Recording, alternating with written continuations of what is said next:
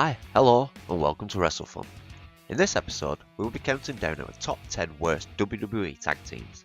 But before we get started, don't forget to subscribe, give us a like, and hit that notification bell so you never have to miss a WrestleFun video.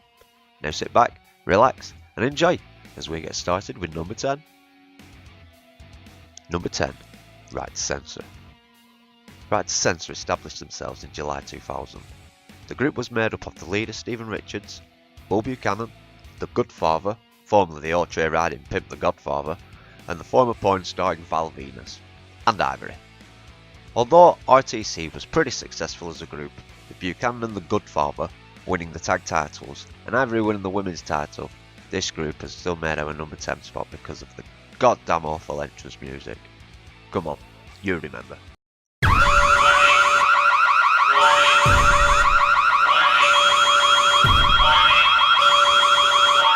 And they used to censor things like boobies. At this time I was a teenage male and I wanted to see boobies. Shame on you, Right to Censor. Shame on you.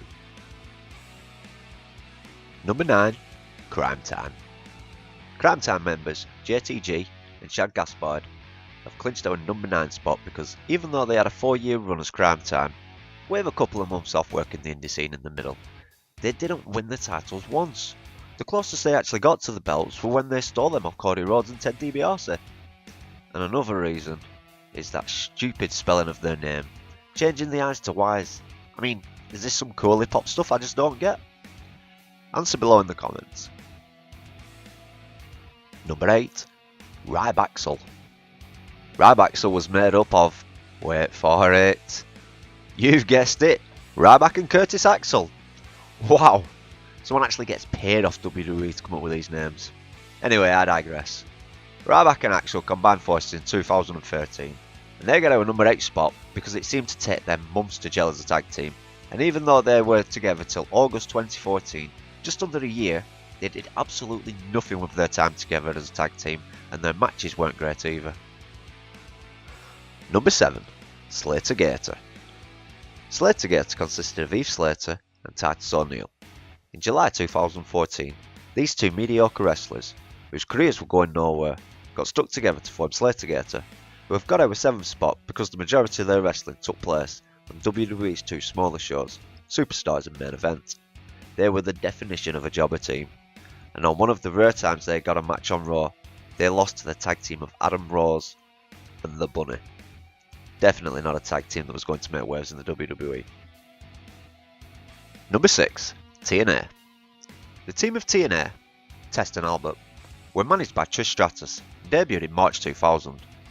TNA slid into 6th place because, well, we just didn't get it.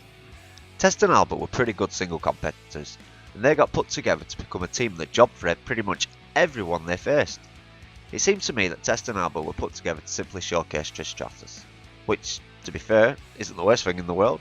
In fact, if it wasn't for Trish, TNA would probably be further up the list. Number 5, The New Rockers.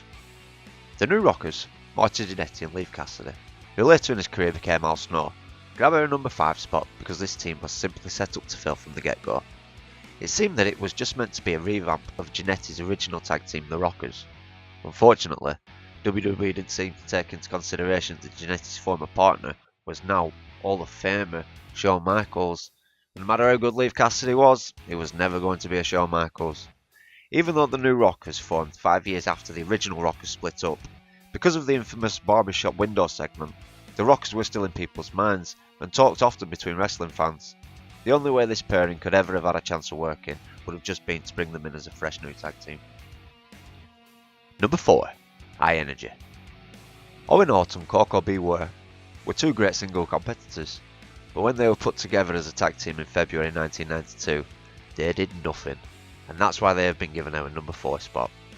High Energy, in my opinion, didn't have a single good match, and even though they were a team for a little over a year, they only managed to get 1 pay-per-view match at Survivor Series and lost to the Edge Shrinkers before quietly being dropped in March 1993.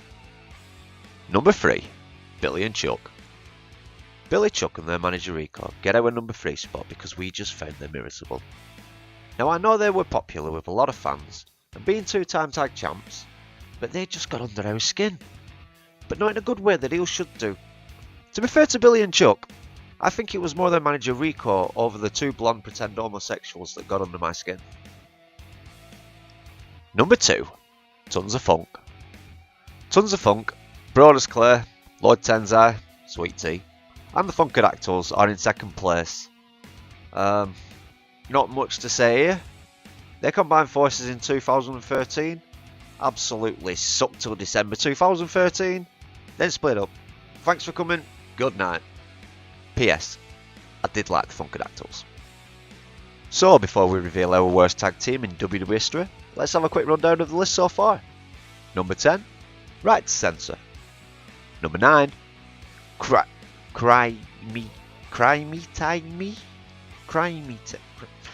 Time.